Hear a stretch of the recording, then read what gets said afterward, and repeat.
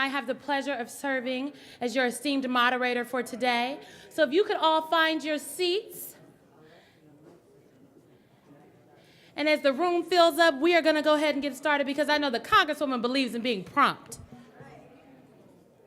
Would you like to say something? You want to say something? So before we get started, just to remind everyone, thank you for being here with us today. Today we are discussing the state of voting rights post-Shelby v. Holder. And we will start off with a presentation by the commissioner from the U.S. Commission on Civil Rights. But before that, I want you to give a warm and exciting round of applause to the reason we are all here, the lady that keeps us moving on time, Congresswoman Marcia Fudge. Thank you. Thank you, Simone. Thank you all so much. We're just leaving votes, so people are kind of all over the place, so people will be coming and going. I thank you all so very much for being here.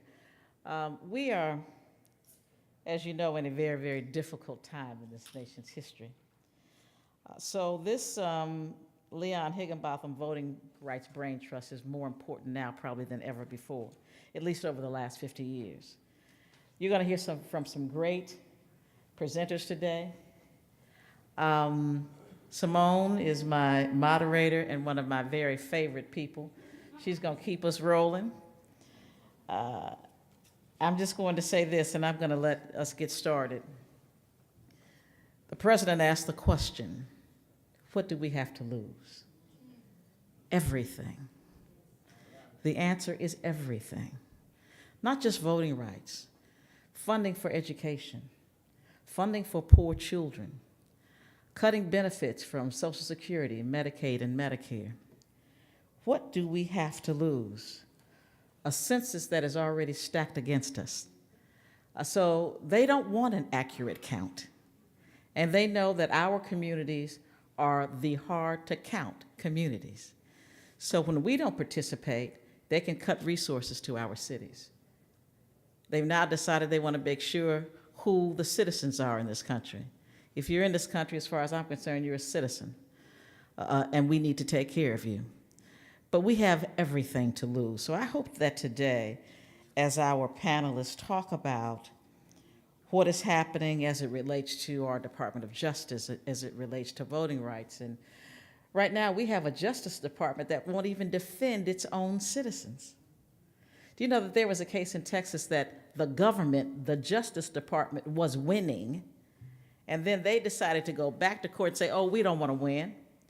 Let's change it to make it more difficult for people of color to vote. So today we're going to talk about what it is we need to do as citizens of this great nation. Because even with all of our ills and with all of the things that are going on, this is still the greatest nation in the world. And if we don't, as citizens, take our country back our way, we're going to have a problem. I'm going to say this last thing and introduce a couple of people. November 6th is not just Election Day. It is Judgment Day. If we are ever to change the trajectory of this country, we have to do it now. Because if we do not, we will not recover in my lifetime. I'm not exaggerating.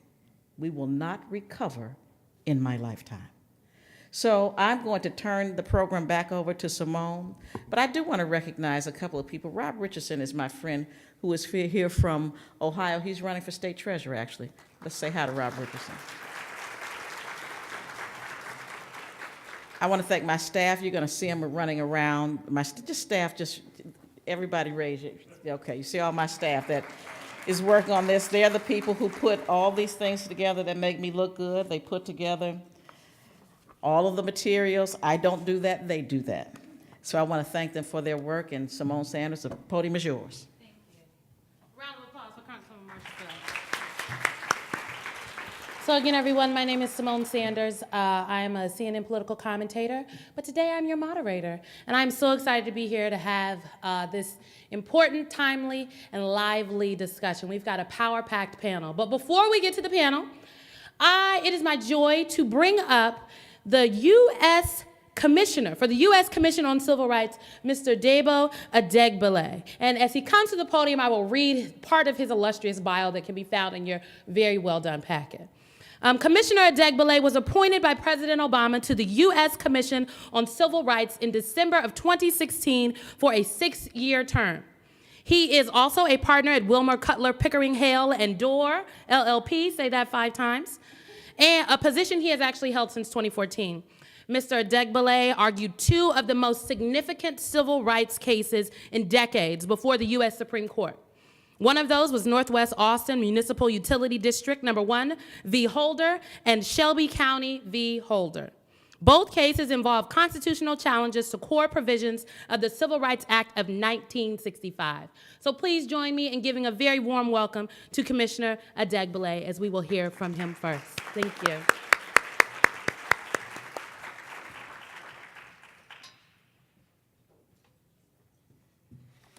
Good afternoon. It's wonderful to be here today and to return to the A. Leon Higginbotham Voting Rights Braintrust.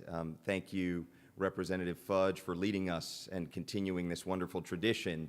As a point of personal privilege, I need to mention that A. Leon Higginbotham was my mentor and the person with whom I began a journey of engaging in voting rights advocacy many years ago as a young lawyer out of law school. He led a team of lawyers who were engaged in defending some districts that had elected members of this body, of the Congressional Black Caucus. And Todd Cox and myself and many other lawyers got to participate in litigation under the tutelage and leadership and vision of the great A. Leon Higginbotham. And so he has paid it forward in many ways, and I view my work in civil rights as a bit of a tribute to some of what he taught me so many years ago and all that he shared. Today, I am here to speak to you about a topic of tremendous importance, which is a report that was released yesterday by the U.S. Commission on Civil Rights, examining DOJ's voting rights enforcement and minority voter access since 2006.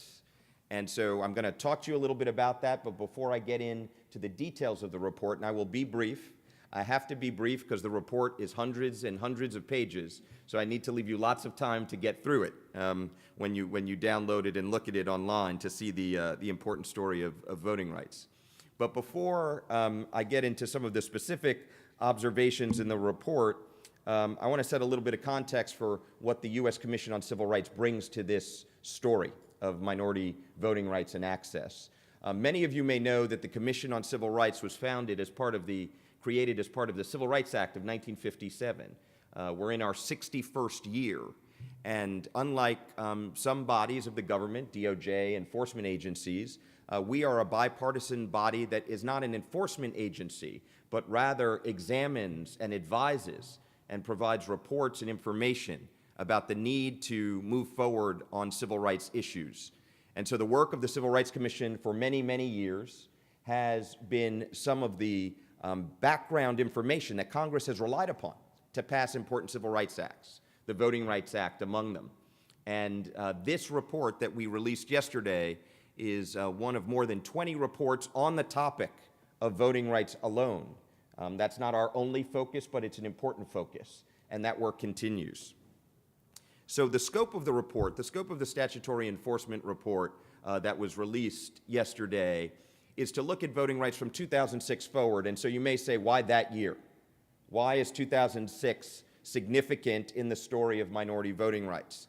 And the reason that it's significant is because that was the year that Congress reauthorized important provisions of the Voting Rights Act with overwhelming votes in the House and a unanimous vote in the Senate to give 25 more years of protection of some of the key provisions of the Voting Rights Act. And so we took that year, 2006, as a point of departure so that we could see what the minority voting rights enforcement landscape looked like when the Voting Rights Act was intact, when all the provisions were in place, and then have a comparator to what life looks like on the other side of an important ruling that you've heard mentioned today, and I'm sure you've heard mentioned before today, which is the Shelby County ruling, the Supreme Court's decision in Shelby County v. Holder, which suspended and put on the shelf a core provision that some call the heart of the Voting Rights Act.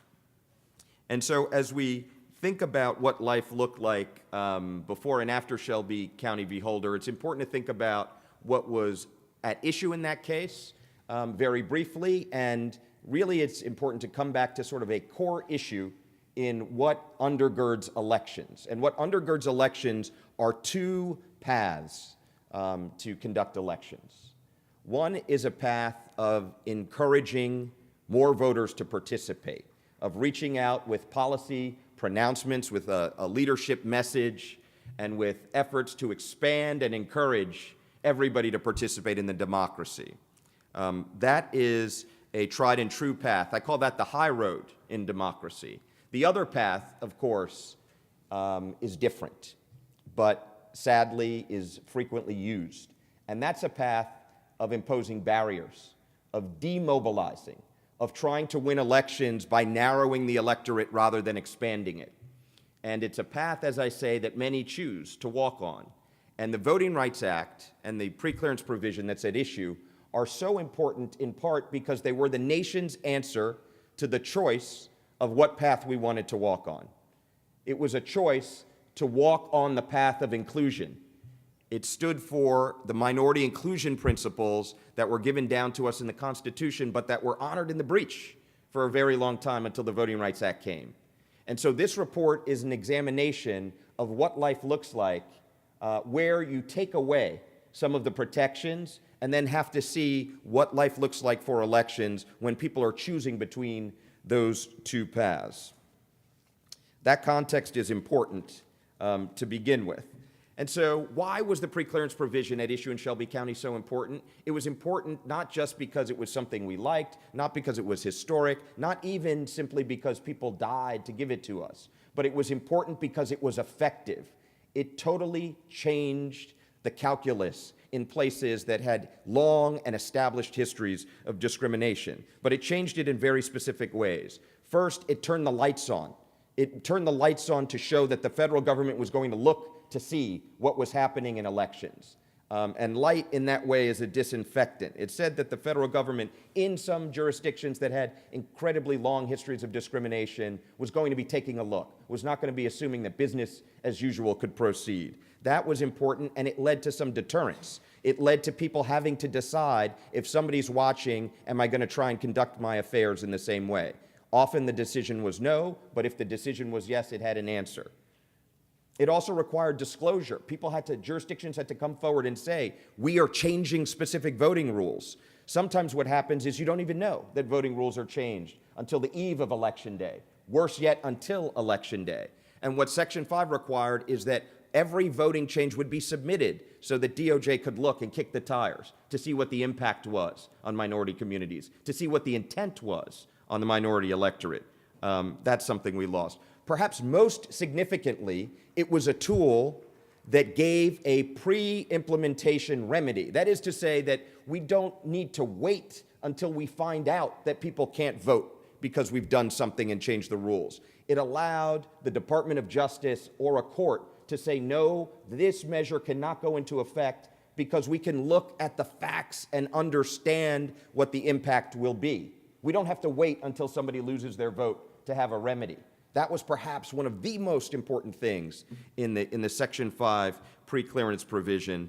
And finally, it allowed DOJ to block those things that it determined were going to have that impact.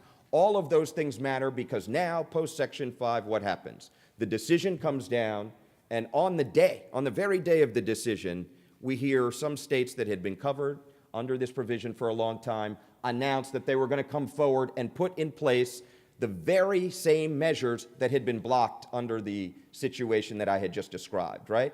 The preclearance provision said they can't go into place, they will harm minority voters. The day of the ruling, you hear tweets from leaders in Texas saying they're coming forward with the strictest photo ID measure. You see the legislature in North Carolina go to start toughening an election bill that was in the hopper to make sure that it cut off at every angle access points, democracy expanding points, high road innovations in North Carolina that had been designed to create greater access for the voters. And they went through item by item to figure out how they could narrow those pathways. So this report looks at North Carolina and Texas in some specific detail. And what it finds is that there was long, hard-fought litigation, lots of experts, lots of years, lots of time, ultimately rulings that knock down these legislative measures, but not for years. And so what happens? What happens is what Sherilyn Ifill testified about when we had our hearing in North Carolina. What happens is that there are dozens, maybe hundreds of elections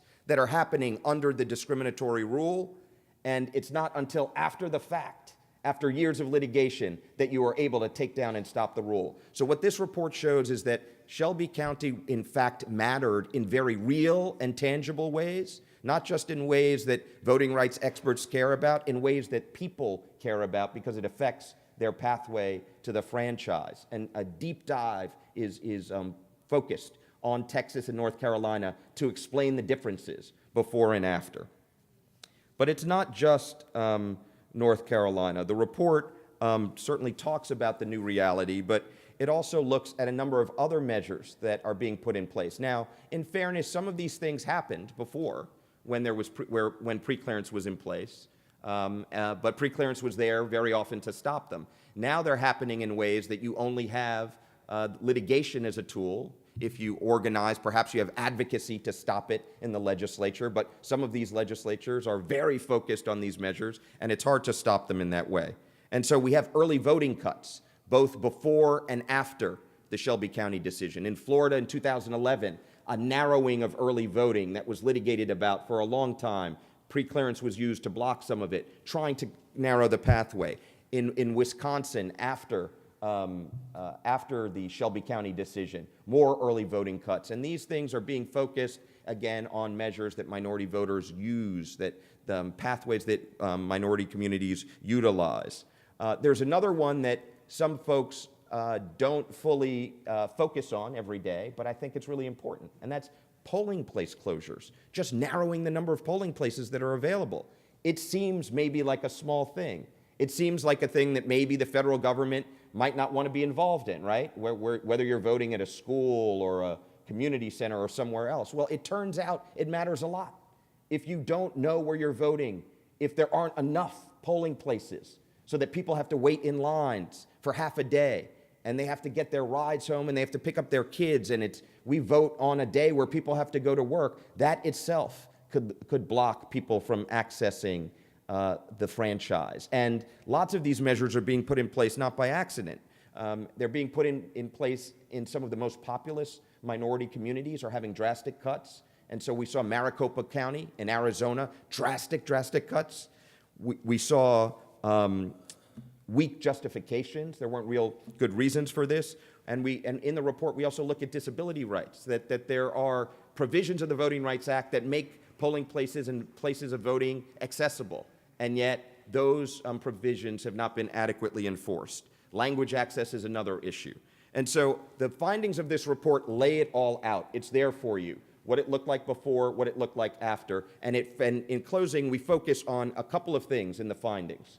We focus on two of the institutions in our federal government that are most important in making sure that minority voters have access, all minority voters. It's not just a black and white issue, though the history of African-American voter suppression is well known to the people in this room.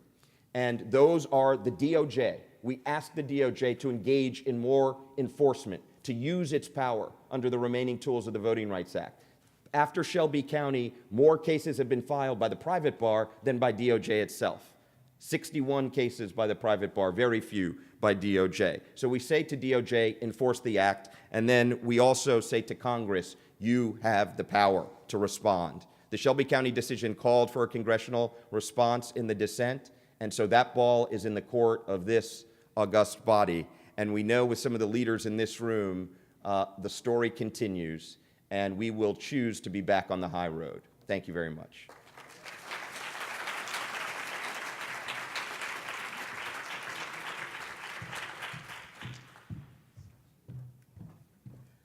Thank you, Commissioner. I had to get an espresso, y'all. It's been a long day. So I think it was important that the Commissioner help.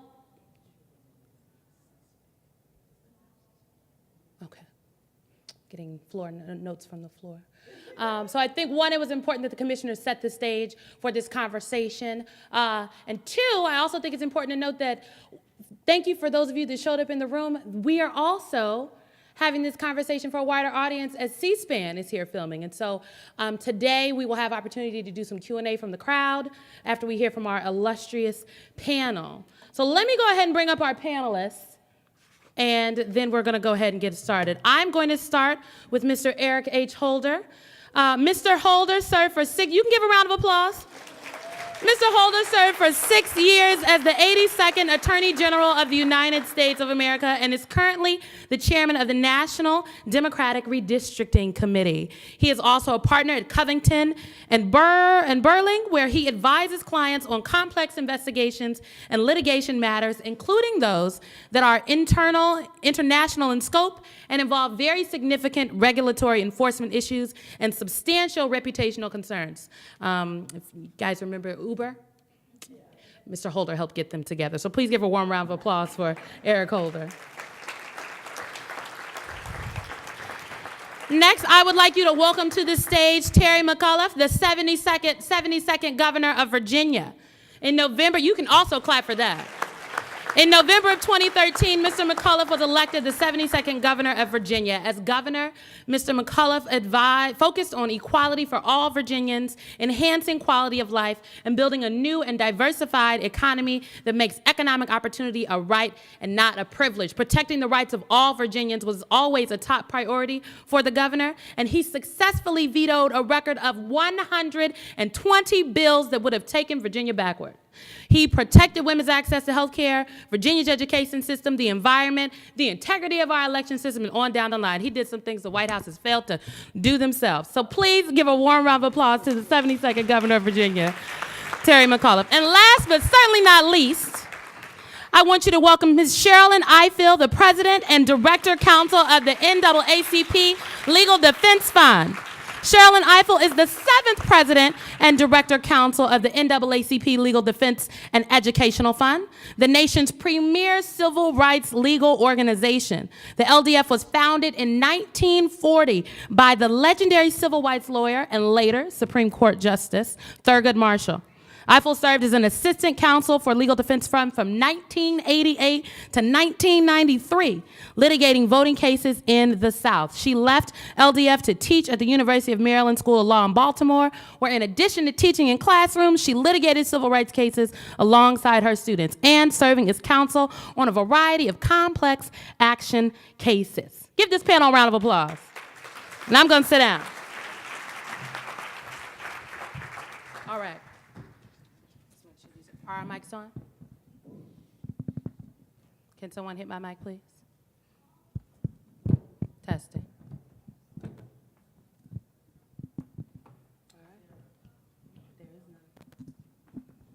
Okay. Oh, here we are. Thank you.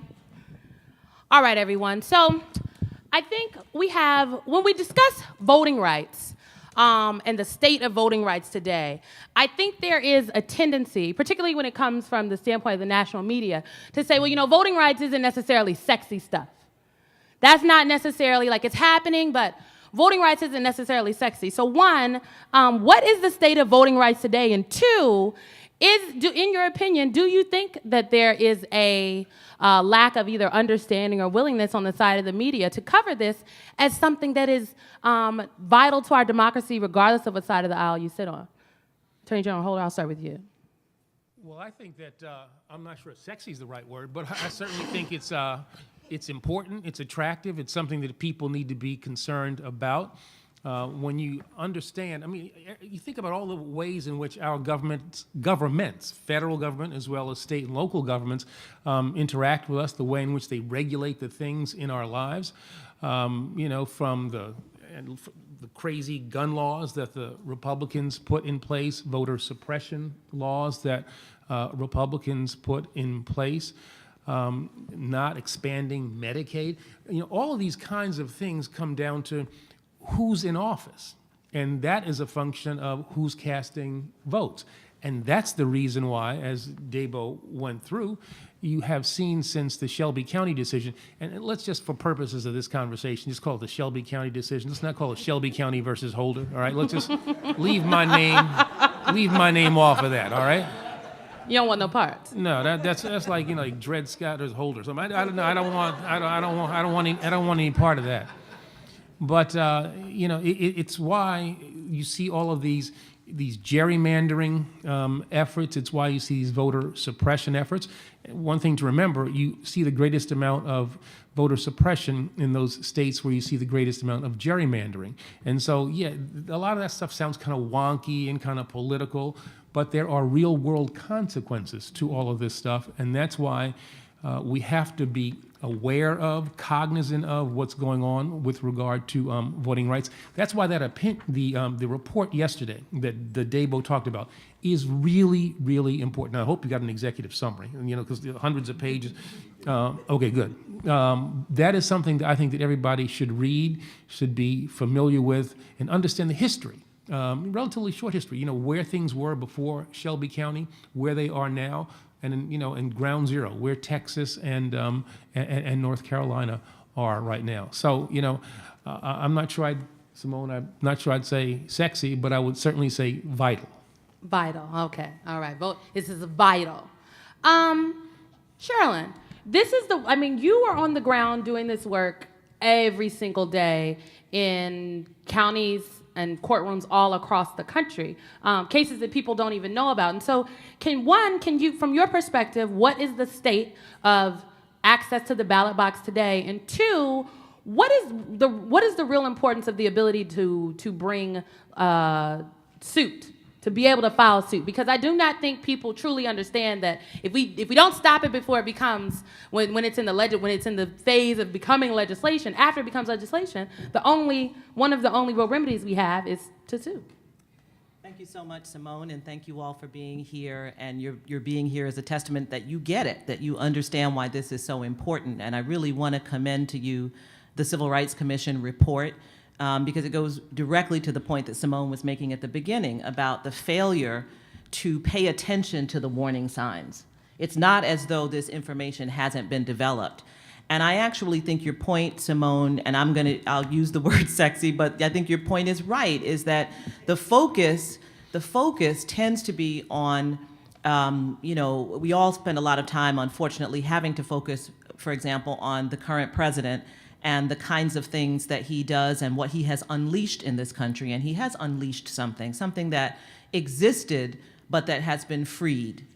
And I think it's important for us to remember that the warning signs were there, and they were there precisely around this issue of voting that we're talking about.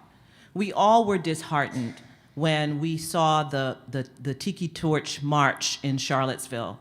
We wouldn't have believed that we could see, you know, young people without hoods openly marching, carrying swastika flags, saying the kinds of things they were saying in Charlottesville. And we all understood that to be an expression, display, and demonstration of white supremacy.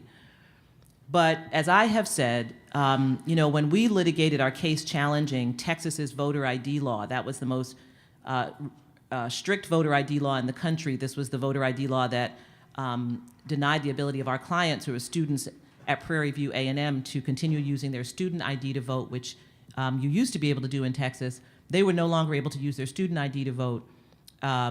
Tribal members could not use their tribal ID to vote. Various forms of employee ID, government employee ID, were no longer useful to vote, but you could use a concealed gun carry permit. So when we challenged that law with the old Justice Department, That would be the good Justice Department. Good Justice Department. The actual Justice Department. The I don't know what they Justice do now. Department. I don't know what they do now. We'll just call it the Justice Department. The real Justice. When we filed that case, that was in 2014, and the trial judge ruled in our favor, 94-page opinion, and she found that the state of Texas, the Texas legislature, had passed this law for the purpose of discriminating against African Americans and Latinos. So which expression of white supremacy is more damaging and alarming? You don't have to choose, but they're at least on equal footing. People marching through Charlottesville carrying torches, or the whole legislature of a state meeting to pass a law designed to disenfranchise racial minorities.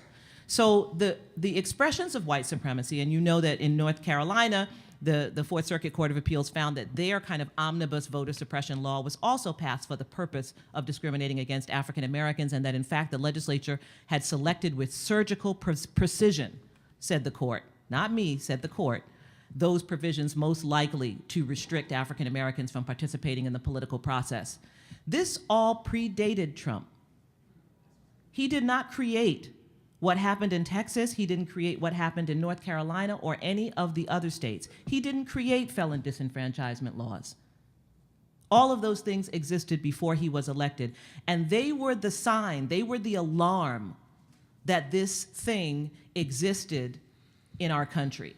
So to go to your original point, Simone, this is the point, is that we're always here. You know, I always say that civil rights activists and lawyers, that we're kind of the, Lonnie Guinier would call us the canary in the coal mine, right? That we're able to tell you about the strength and the weaknesses of our democracy because we're looking at it from the way it affects those who are most marginalized. And that's how you tell the health of a democracy. And we've been telling you there's a problem. And the unheeded alarm has brought us to the moment that we're in today. So the state of voting rights today, I just described these, you know, Texas and North Carolina, these things that happened pre-Trump. That's when we had a good Justice Department willing to challenge those practices. That's when we had a Section 5, or at least prior to those cases, we had a Section 5 of the Voting Rights Act that allowed us, as Debo said, to find out before these voting changes went into effect that they were going to happen. Now, thanks to the Supreme Court, we no longer have Section 5. Now, thanks to President Trump and Jeff Sessions, we no longer have a Justice Department that's interested in enforcing the nation's civil rights laws.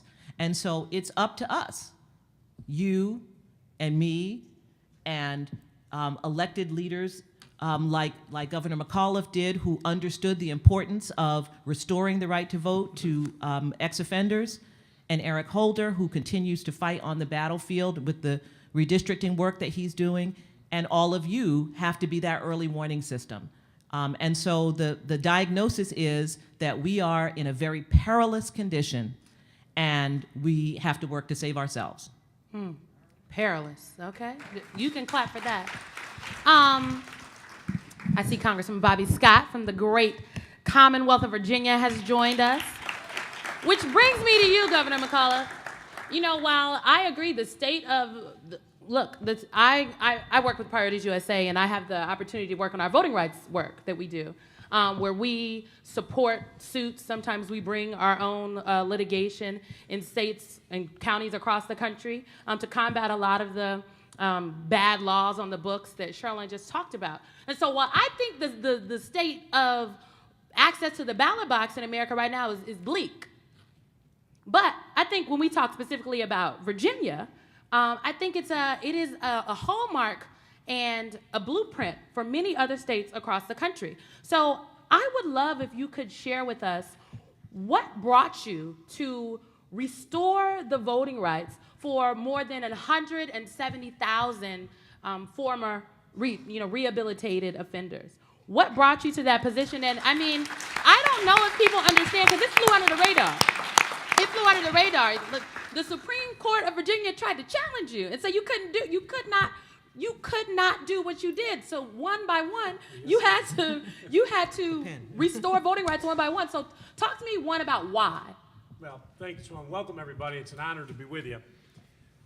When I got elected, I was the only Democrat in the South, the only Democratic governor in the entire South. So I went in with a lot of big challenges. In full disclosure, I was born in New York, but we didn't tell anybody in Virginia that. Right, Bobby? We kept that quiet.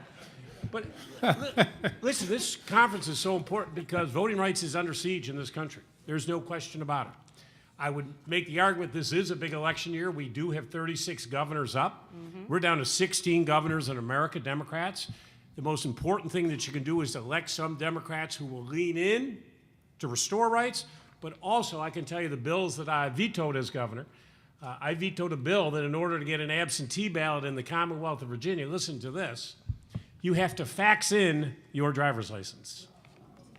Now, I don't know if you folks have fax machines, A lot of people don't have driver's license, but that bill passed both of my chambers. If I were not the governor of Virginia, that would be the law in the Commonwealth of Virginia today. They tried to shut down voting, polling places, voting areas. Guess which areas they tried to shut down? They tried to limit the hours, but as a governor through executive authority, I stopped all of that. So my point to you also, I want to make a political argument. We got to go out and get more people at the state and local effort, because that is also important, because the governor at the end of the day runs the local election boards and really can have a tremendous say, because we are under siege. There is a deliberate attempt to disenfranchise voters.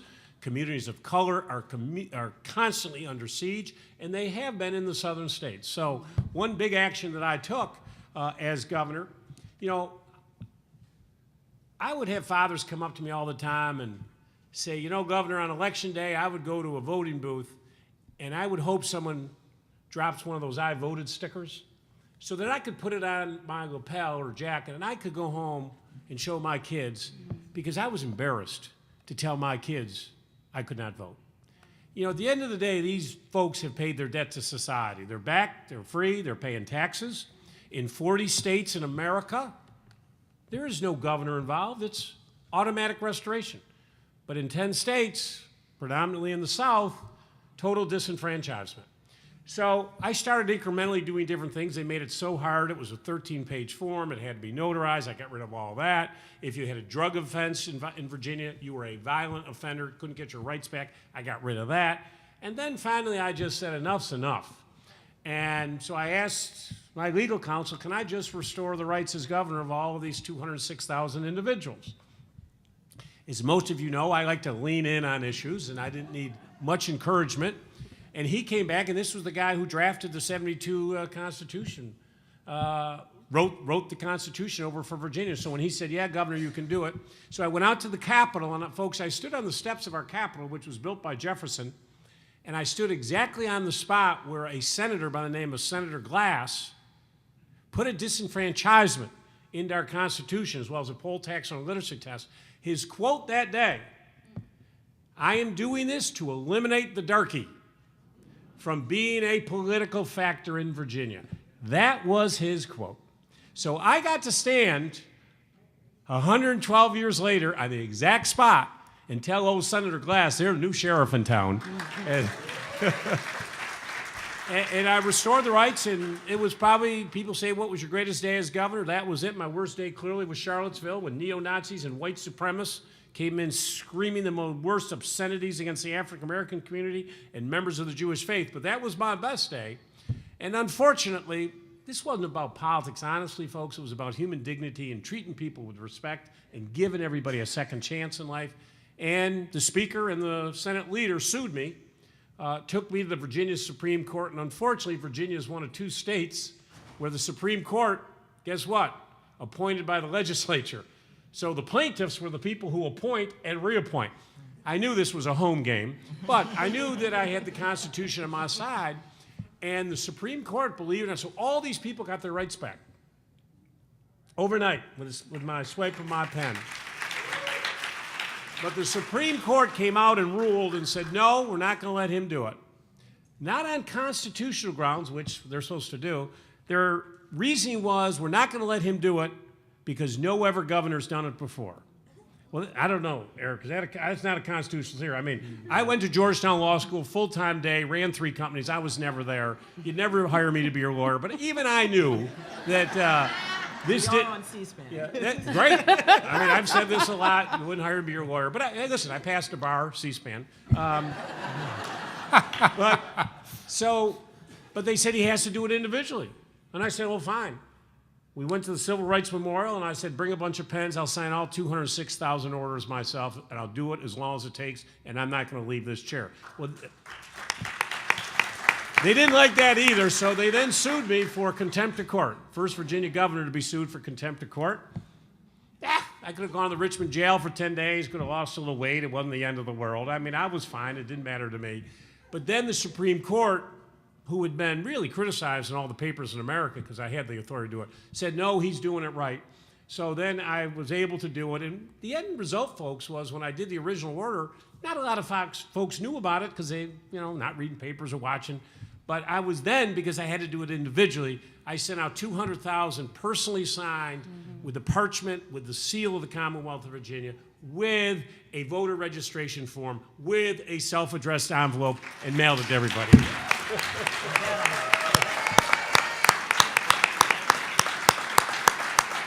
That's why elections matter. That is why elections matter. And so what happens? But you know what?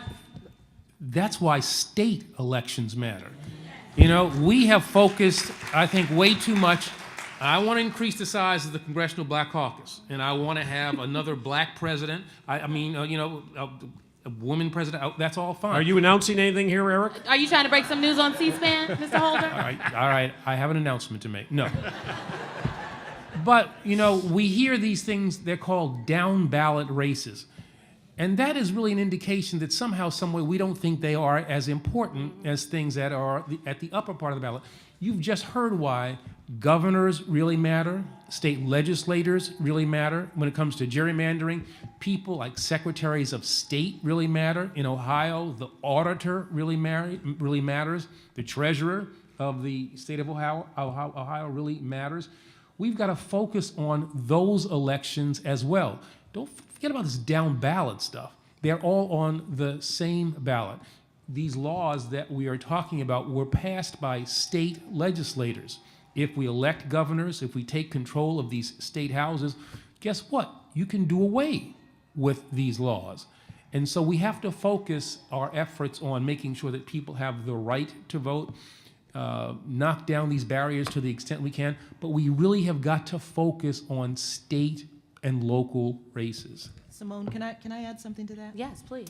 I could not agree with Eric more, and I think it's really vitally important, and it even goes to your earlier question about litigation, Simone, because, you know, litigation is an important tool, a vital tool, but it's a blunt instrument. That's why losing preclearance was so terrible, because litigation is, first of all, expensive.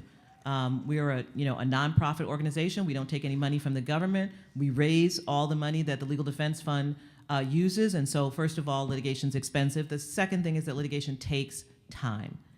And because I think in this country we focus so much on what we call the big races, right? Every 4 years we're electing the president, or we focus on the Senate races, or sometimes we focus on the gubernatorial races, we tend not to think about what's happening in between those elections sometimes when we're litigating these cases. So for example, in Texas, while we were litigating the voter ID case, the following elections happened in Texas. Texas elected a United States Senator in 2014, all 36 members of the Texas delegation to the U.S. House of Representatives, the governor, the lieutenant governor, the attorney general, the controller, various statewide commissioners, 4 justices of the Texas Supreme Court, candidates for special election in the state Senate, state boards of education, 16 state senators, all 150 members of the state house, over 175 district judges, and over 75 district attorneys. That's during the period that we were litigating a case that we ultimately prevailed on, but we make it as though nothing happened, as though there was no injury, right? Because we get to the next big election and then we say, okay, now we've won. But in between all of those electoral offices, those are the offices that at least our clients tell us are the people who are more controlling the lives of people in local communities, right, particularly throughout the South, even than the president, even than the governor. That local district judge and that local district attorney is making the decision about what to do when your son gets pulled over and wrongfully arrested. They're making the sentencing decisions. The sheriff is the person in charge of evictions. You know, Sheriff Arpaio, right, and his reign of terror, right, in Arizona. If we think about these local elections, and if we're honest with ourselves, Simone, and I think this is important, many of us fall down on the job in those local elections. I'm going to be honest and confess, on C-SPAN, I have walked into a voting booth and I have voted for all the people I know. I voted for the governor, I voted for the mayor, I knew the council people, and then there were the judges and it said pick 3. And you didn't know. I didn't know all the judges, right? And so you use whatever is your proxy. Some people use party and so forth. But I want to emphasize that it's not only about the work that we do trying to stop terrible things from happening. It's also about how much attention we pay, how seriously we take what people call this civic sacrament voting, right? That we know our forebears bled and died for, right? That it's not just so you can show up every 4 years and vote for a president. The whole point of the voting rights movement during the civil rights movement was because the belief was that if we could elect our own representatives, we could change the material conditions in our communities. That was the point. It wasn't just the ceremony. That's important too, to say I'm a citizen. But it was the belief that we could change the material conditions of our own communities. And that means if you're not voting for the district attorney and the district judge and the county commission and the town council and the water district and the constables and the justices of the peace, you are failing as a citizen. And showing up every 4 years doesn't change that. And I emphasize this because I run a nonpartisan organization. And you know, in our history, we've had the history of suing both Democrats and Republicans. Whoever is suppressing the vote of black people and trying to keep black people from participating in the political process, they're in our crosshairs. But those local races sometimes don't get the attention because they're not part of the larger partisan story. And I want to emphasize to you that even if they're not part of the larger partisan narrative and story that's compelling, you have to show up for those elections too, because those are the people who are incubated, who later become the Secretary of State, and then later become the congressperson, and then later, right? They move up the ladder. And those are the people who are controlling the power in your community. So we have to take seriously, we have some work to do too, in taking seriously what it means to have this right to vote and to exercise it responsibly. Clap for that. I mean, just a data point, 2/3 of state legislatures are currently controlled by Republicans. So that means all of the failure to expand Medicaid in some states, that's your state legislature. Is that a bird? All right. Oh, look, all right. So a lot of the bathroom bills, abortion bans, these are all things coming out of state legislatures. And if you do not check the box, you are ceding your duty to participate in our democracy. I want to talk about redistricting, and I want to talk about gerrymandering, and then I want to talk about the census. So, Mr. Holder, for now, you run the national. For now, we don't know what you'll do later. But for now, you run the National Redistricting Committee, Democratic Redistricting Committee. And so one, can you give folks a little brief synopsis of what it is that you do? And two, why a committee dedicated to this work is actually vital to access to the ballot box, but also how it connects to the census? Well, I first want to say that my big partner in this effort is Governor McAuliffe. He and Nancy Pelosi and I, they came up with the idea of this. They helped raise money for us to make this an effective organization. If you ever want to have somebody who is a fundraiser and on your side, you want Terry McAuliffe on your side. He's been just amazing in that regard. But it's continued in the work of the committee by going around the country and talking about the things that we are engaged in. The National Democratic Redistricting Committee really was formed to try to make more fair our election laws and to make fair the process that is engaged in at the state and local level in particular, but federal level as well. What happened, you remember the 2010 election that President Obama called a shellacking? Democrats really took it on the chin. That was an unfortunate time to have a shellacking because in 2011, the redistricting was done. And what you saw then was the Republicans taking the power that they got in 2010, using it in 2011 to draw these gerrymandered districts, both at the congressional level and at the state level. Now, gerrymandering, that means that they packed Democrats into certain areas to increase Republican power outside, or they split up. They cracked Democrats and put them in different places, again, to increase Republican power. And which body draws the lines? The state legislatures draw the lines, and the governor tends to sign them. It varies a little bit in different states, but basically it's the state legislature that has this responsibility. And give you an example. Pennsylvania is pretty much a 50-50 state that leans Democratic. There are 18 congressional seats in Pennsylvania. Again, a 50-50 state. 13 of those seats are held by Republicans. Even though Democrats tend to get more votes if you total up all the congressional votes that are cast in Pennsylvania. Republicans maintain this power as a result of gerrymandering. And you see the same thing in Wisconsin. They got less than 50% of the vote. They have 60% of the congressional seats, 67% of the state legislature. And you can go throughout, all these Republican states and find that. So what we're trying to do is we're going into these states, and we are filing lawsuits where that is appropriate. We are also supporting efforts in certain states to take this away from politicians altogether and to put in place these independent commissions. They have them in California and in Arizona now. They're trying to get them in Michigan, Missouri, Utah, and Colorado, and we're supporting efforts there as well, so that you have these nonpartisan commissions just drawing the lines instead of politicians. Because you have a system now where politicians are picking their voters, as opposed to citizens choosing who their representatives are going to be. And then we also have direct electoral support.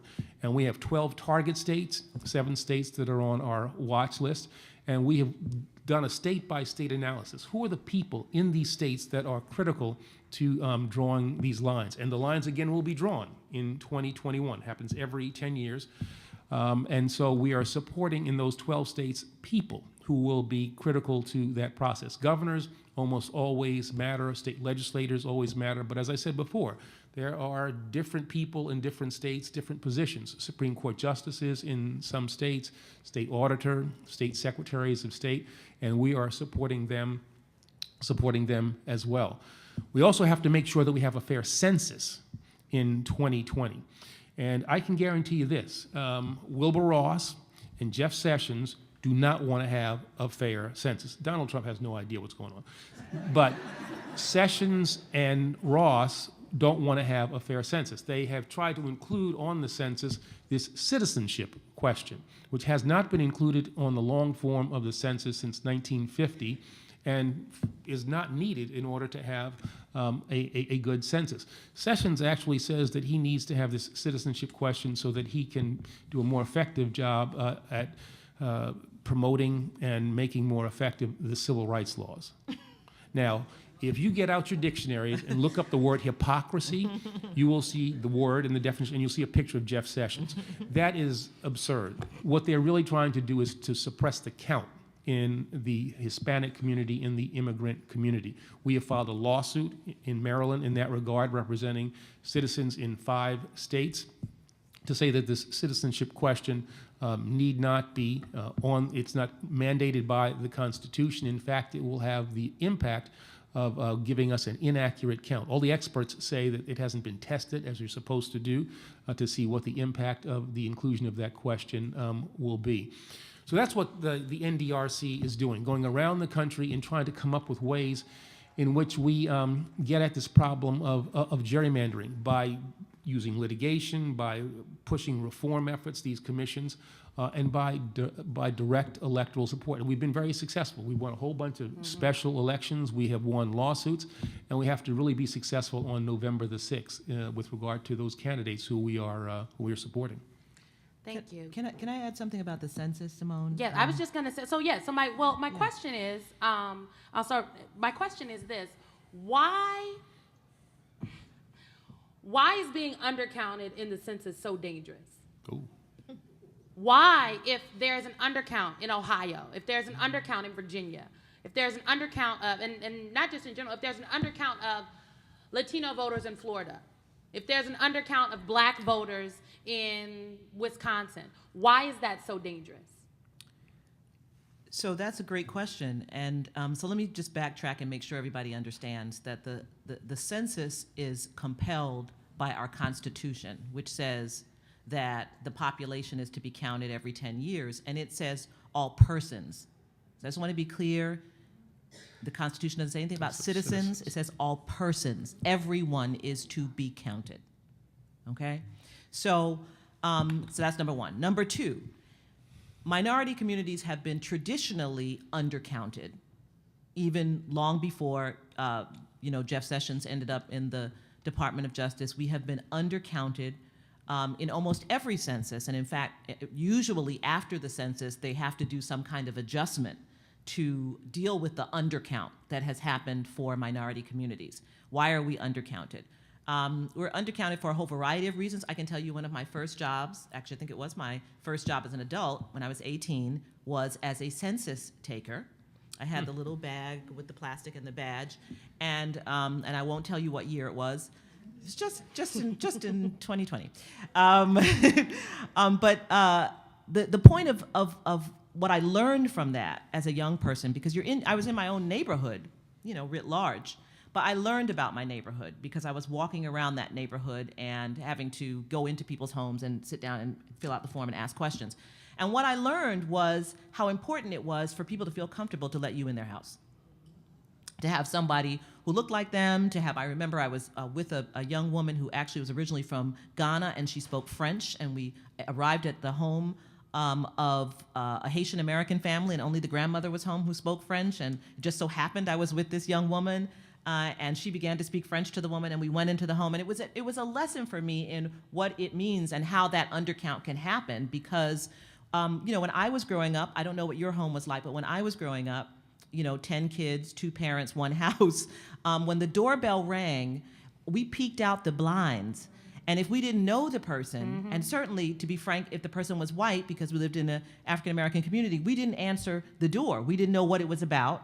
And you just got real quiet till they went away if you didn't know the person. So we weren't letting people into our house, and there are many homes that way. But I say that today because I don't want you to think that what is happening around the issue of ICE and migrants is disconnected from the census.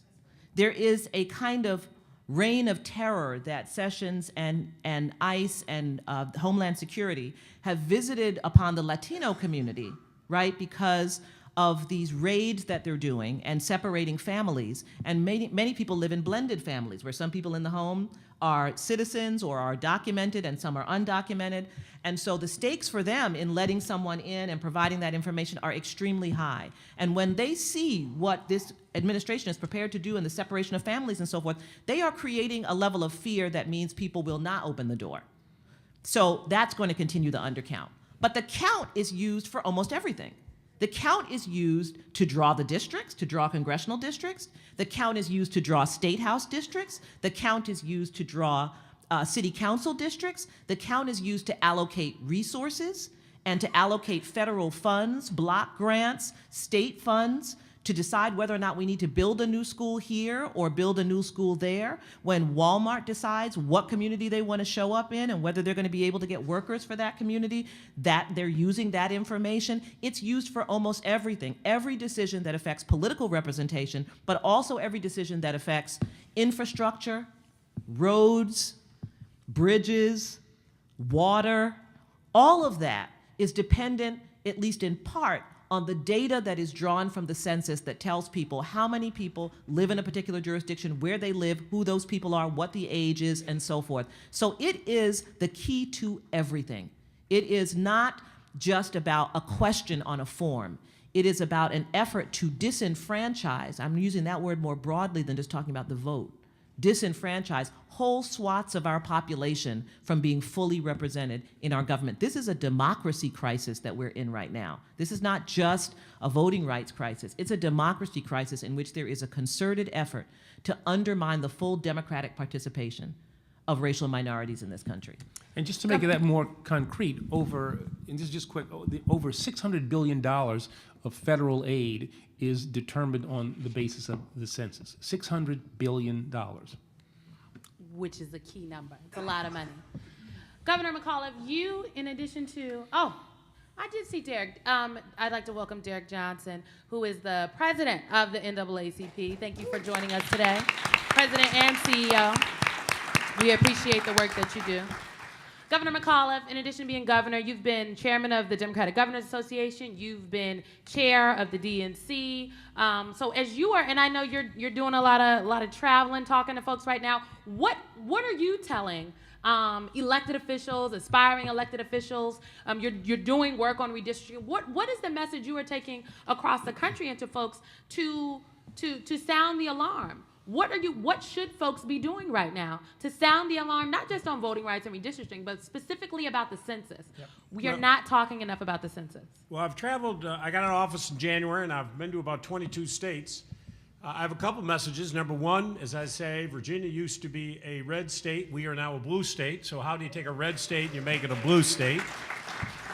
It's not complicated. You create a record amount of jobs. You have the biggest investment in K-12 education. I go right down the list. That's how you... There are more people who support what we value and our progressive values and who we are as Democrats than on the other side. That's clear. So there's obviously a concerted attempt to make sure that pool is smaller when people actually go and vote. If everybody voted in this country, folks, Democrats would have the most seats in the United States of America. Because listen, we're out front on the issues that matter. You know, I consider myself a very pro-business, fiscally conservative Democrat, socially very progressive. Those are the values of our Democratic Party. And the message I try to convey to people is you got to lean in, and I tell elected officials. We have too many elected officials today. I'm very blunt on the topic, or candidates running for office who sort of put the finger up in the air to see where things are going. We need candidates who are running for office, who lean in the issues that they believe in, lay it out there. And, you know, when I ran for governor, I ran a very, very creative race, as Bobby Scott will tell you.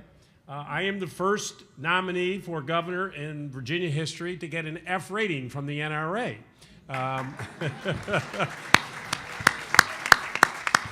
And I ran television commercials with that and said, I wish there was a lower rate. I told women I would be a brick wall to protect their rights. I was the first candidate or statewide official in the entire South to come out for marriage equality. I told people the progressive values to leave people alone is how you grow an economy. If your state is open and welcoming and diverse and you treat everybody the same, regardless of whom you pray to, the color of your skin, or whom you love, businesses will come in. And I'm very proud in Virginia. Our unemployment, as I say, dropped from 5.4 down to 3.6. We became the #1 state for cyber, data analytics, unmanned systems. All those 21st century companies wanted to come to Virginia because we were open and welcoming. And my message to candidates is lean in, say what you believe. If you lose, so what? Your life will be okay the next day. But, you know, and I always get a kick. A lot of candidates, they do these focus groups. I don't do focus groups, folks. Let me tell you something. You bring 12 people into a room, and you give them free Oreo cookies, and they're going to tell you how you should run your campaign. I mean, I'm not kidding you. You know, here's a box of Chips Ahoy. Tell me what you think. Are you out of your mind? You need candidates who are going to lean in on the values that they believe in and, you know, let the chips fall where they may. But I tell folks, this is the biggest year we face. For everything you have heard here today, forget 2020. I don't want to hear about 2020. Exactly right. I don't think anybody ought to be talking about 2020.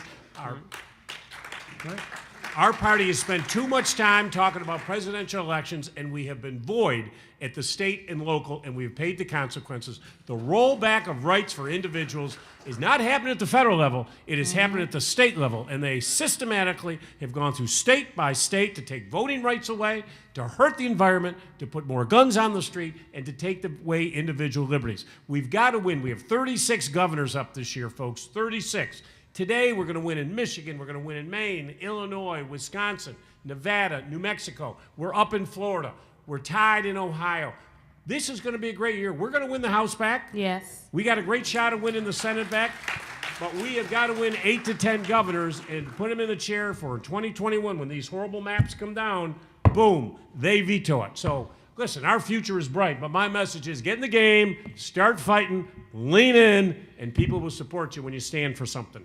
So how can we better hold our progressive friends accountable? Because Governor McAuliffe, you were willing to stand in the face. There are not many governors of red. I mean, you were the only Democratic governor in the South for such a long time, and hopefully we'll be changing some things soon, come this fall. But how do we get not just governors, but state legislative individuals? How do we get folks who, because it might not be politically popular for some parts of their constituency, to have these conversations, to talk about the impact of an undercount, to talk about how it is a white supremacist tactic to intimidate folks to add a citizenship question on the census? How can we condition some of our progressive and maybe not so progressive friends that this is not an option for us? This is what we have to do. Well, I think it's up to a lot of people in this room. It's up to the individuals to talk to the candidates, to lay it out, and it's up to people who have had success records turning red states into blue to get out there and get that message out. People want authenticity. They really want candidates who believe in something. They are so tired of people they just think are poll tested. You know what? We're not all going to agree, folks, but at the end of the day, you are always going to know where I stand on an issue. Nobody always agrees, but we need more folks leaning in on these issues. But also, we may not always agree. Don't condemn someone because they may not agree with you on one issue, but they are with you with 95% of the other issues. Too many times we put these litmus tests out there and we hurt our party. Let's win. Let's get candidates who actually win, and that's how we're going to be able to do it, because there is an assault on the other side. There are people who do not believe. I saw it firsthand in Charlottesville, Virginia. I was there as they marched down the street screaming the worst things I've ever seen, telling the members of the Jewish faith, I want to burn that synagogue like we burned people down in Auschwitz. I stood there and I heard that. And I talked to the president that day, and I told him what happened and what he needed to do. And he came out and blamed both sides. But let me tell you something. Heather Heyer was a 32-year-old woman who died that day. She was protesting against hatred, against white supremacists. It was not both sides. It was one side, and he failed the United States of America that day. And there's that. I have one more question, and then we're going to open it up to the crowd. I'd also like to recognize, I see the 24th National President of Delta Sigma Theta Sorority Incorporated, Cynthia Butler McIntyre. Thank you for joining us. Oh my goodness, y'all all snuck in. All of the presidents, goodness. As a former national president of Delta Sigma Theta, I think she'd slit my throat if I didn't recognize all of the presidents. Please give a warm round of applause to all of the national presidents of Delta Sigma Theta Sorority Incorporated. And for the record, I'm married to a Delta. Is that how you got on this panel? There you go, that's exactly, So so before we take it to the crowd, I want to talk about Florida. Because my real question is, how do we get people to pay attention to ballot initiatives?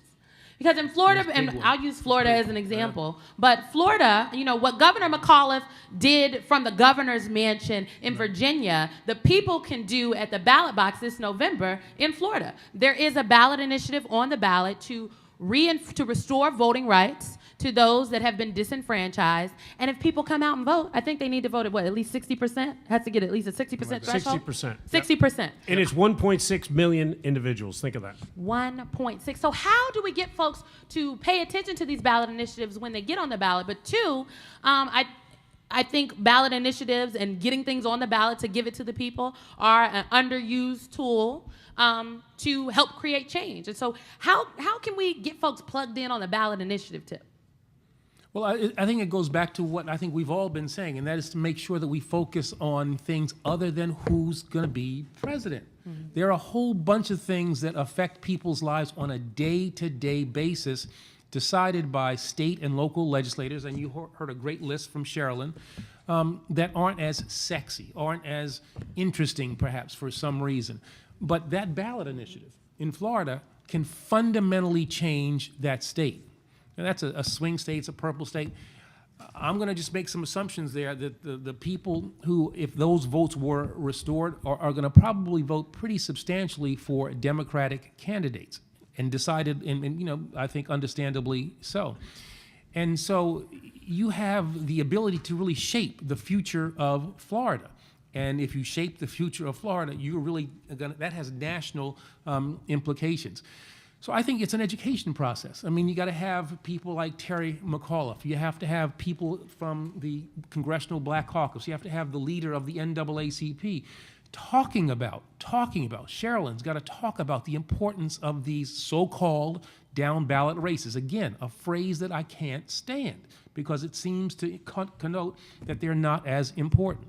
We've got to make sure that people understand these races exist, make people understand what the consequences are for who wins these races, what the power is of the people with regard to what the Secretary of State can do. What's the impact of a ballot initiative?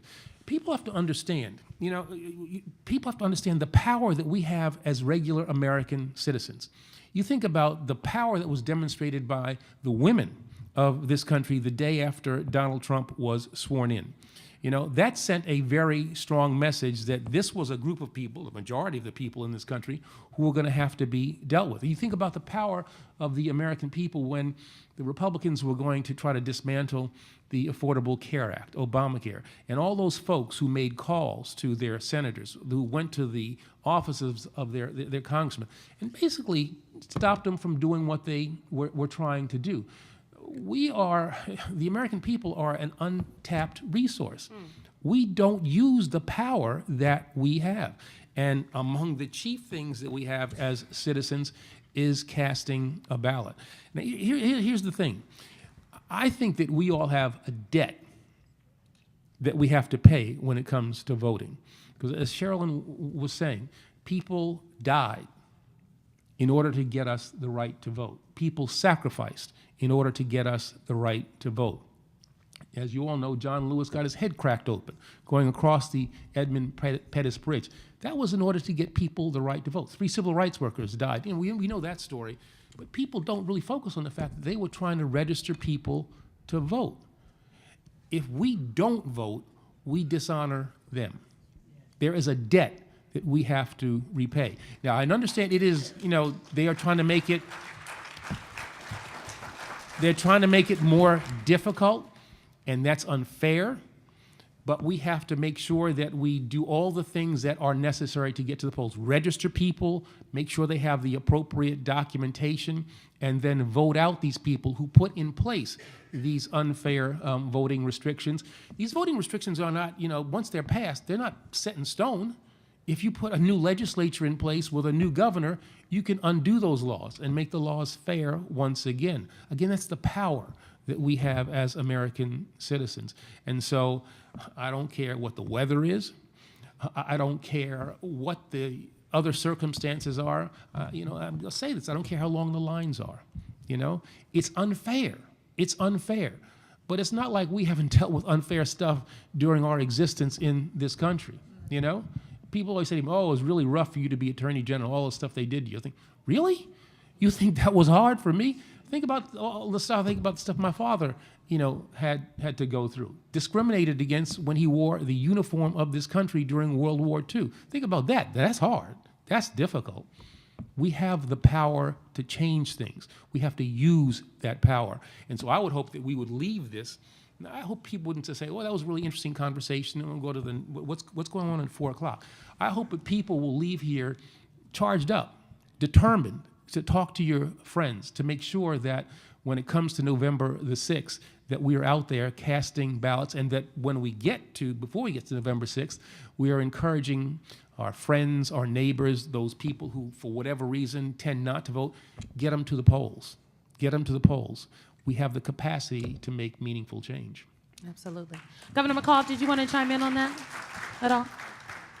Well, the Florida there's a big issue. I've been down working on this. It's 1.6 million citizens, returning citizens, will get the right back. This is a huge opportunity. As I say, you know, 40 states, it's automatic. You know, 2 states in America, you vote while you're in prison, Maine and Vermont. 14 states, you vote well the second you come out, not done with probation and parole. And in the remaining 24 states, it's when you're out, done with probation, done in parole. So 40 states, as I say, I've now done everybody. I did a backlog of 80 years in Virginia, so we're 41 states. But Florida is a huge number. They need 60% of the vote. Right. And the sad part is these people are back in society. They should be voting. There's no reason for them not to vote. But it becomes political. And this was the argument I faced when I did it. They all said, oh, McAuliffe did it for political purposes. He did it to help Hillary. It had nothing to do with political purposes. It was something morally that I had in my bones that I wanted to do for these individuals. And in fact, the average person, listen to this, of the 206,000, you know, they're all attacking me, always trying to get more Democratic voters, a 46-year-old white male. And that shocked everybody when I came out with that statistic. Now, the last I knew, I don't think that was Hillary Clinton's demographic. But you know, they always make this political. So this is a huge opportunity for us. I would encourage all of you to go on the website if you could, go down and work on this. But no other time in American history we're going to have an opportunity like this for enfranchising felons to get 1.6 million people that came back in. And when they attacked me, it was such an amoral argument to me. This isn't about politics. This is about bringing people back into society and giving them a second chance. And I just really was offended when they say it's a political. There's nothing political about it. And I would say to the legislators, quit complaining, quit suing me, and go out and earn those citizens' vote. Go talk to them about the issues, and if you put as much energy into that and suing me, you might get some new voters out of it. And I just hope that all those people who came back in, you know, we had a historic win in Virginia last year. We picked up 15 House of Delegates, the most since 1880, led by women. 11 of the 15 were women. And I just hope that every one of those people that I got their rights back, we won one couple seats, less than 100 votes. I hope every darn one of them went out and voted last year and send a message. Simone, I just want to say two things. One is what is exciting, you know, what's happening in Florida is really exciting, and the possibilities there are very exciting. And we have to be really careful about ballot initiatives, you know, from my perspective, because there is no state in the United States in which black people are a majority of the electorate. And so anytime, you know, an issue that is critically important to us in our lives is going to be decided by a pure majority of voters, it means that there's a lot of work to be done for us around building coalitions and so forth. So, you know, we just have to be clear about numerically who we are, right, in any given state. And it means that a lot of work has to be done. And fortunately, a lot of work is being done in Florida, not only with, you know, political actors, but the ACLU's been doing an incredible amount of work there as well. What I wanted to emphasize, because the question you asked, Simone, was how can people find out about, get the information and become educated, is this is the other piece I think has been missing. And so I'm really glad that lineup of awesome Delta presidents is there, because we're just starting a collaboration with the Deltas and with the Boulay and with the AME Church around educating people about elections. You know, I've been saying to, you know, to Delta presidents that, you know, I feel that the Deltas should be the League of Women Voters in the African American community. You remember when the League of Women Voters, you would get that thing every Sunday before the election that had all the information and explained all the ballot questions and the candidates and so forth. And I think we have to begin to get really more serious about using our indigenous civic institutions to do this work. We are there, we're in the community. So we're starting a collaboration in which, you know, the Legal Defense Fund is, we're doing the work of pulling together the information and helping create the infrastructure for candidate forums and for candidate questionnaires. This is all, again, nonpartisan, no endorsement of candidates, but to be that clearinghouse within communities where people can get the information. We're starting with prosecutors, we're going to sheriffs, we're going to judges. Ballot questions are a big part of it, because we've all also walked in the booth and seen those giant paragraphs, right, that it's a ballot question about some bond issue about funding something, something, something. Maybe we see the word library in there, so we say yes, right? I mean, we don't really know what it's all about. But we have the resources in our communities that can be the place where we go to get that information. There's no point in, you know, we have a church on every block, right? So why aren't the churches doing this work? This is nonpartisan work. You can have, you know, what I told the bishop that I'm really just really privileged to work with in the AME Church, James Davis, I said, look, I grew up in the AME Church on Sunday before election, usually the 3 or 4 weeks before the election. We all notice that there are people in the congregation who have never been there before. And they are sitting on the front row. And they are candidates. And they come to that Sunday service, and we're always so gracious. We receive them. They announce who they are. They say a few words. Sometimes they're anointed. We lay hands on them. It's a beautiful thing. And then we don't see them again until they're running again. And what I told Bishop Davis is, I said, you're getting played. If they want to come on Sunday, there's no reason they can't come the Thursday before to your candidate forum that you are holding. I said, not Wednesday. I don't want to interfere with Bible study. If they're having Thursday, a candidate but forum. that's why we're doing this initiative. And so what we're going to do is we're helping them create the candidate forum. We're pulling together the information. We're pulling together the materials. And we're you know, working with the Deltas, the Boulay, and the AME so that it will exist within the community. Then we walk away. We're not doing it. But they then have the power, the information, and the infrastructure to become that resource, to become the League of Women Voters within African American communities. That's the piece we're doing so that education can keep going, because I think that is vital. NAACP, Legal Defense Fund, ladies and gentlemen, out here doing the work for the people. We're going to take some crowd questions. Have folks raise their hand if you have the microphone while I'm doing that. I also want us to recognize and give a warm round of applause to former Congresswoman Diane Edith Watson from California. Thank you so much for joining us today. All right, if you have a question, we have the mic. We're going to hold. Yes, okay. I live in the state of Florida. Yes, ma'am. And so I just want to make sure that it is real clear that in the state of Florida, we do have a strategic plan. We are not going to socialize. We are going to monkey around because we are going to actualize and mobilize. Come on. Okay? Just wanted to make sure everybody was clear about the state of Florida. Thank you. Thank you. Simone, let me just say this about Florida, if I could. Yes. One of the hats I wore also, I was chairman of the National Governors Association. I'd sit at that head table, and I'd look around at all those 49 other governors. There was a pretty consistent theme running as I looked around that table. It is time for a little youth, and it's time for a little diversity. Andrew Gillum should be the next governor of the great state of Florida. Yes, ma'am. What's your name and what's your question? Good afternoon. My name is Shalana Ferguson. I'm from St. Louis, Missouri. I'm really excited about a grassroots effort that recently occurred in our primary election where Wesley Bell is now the prosecutor-elect.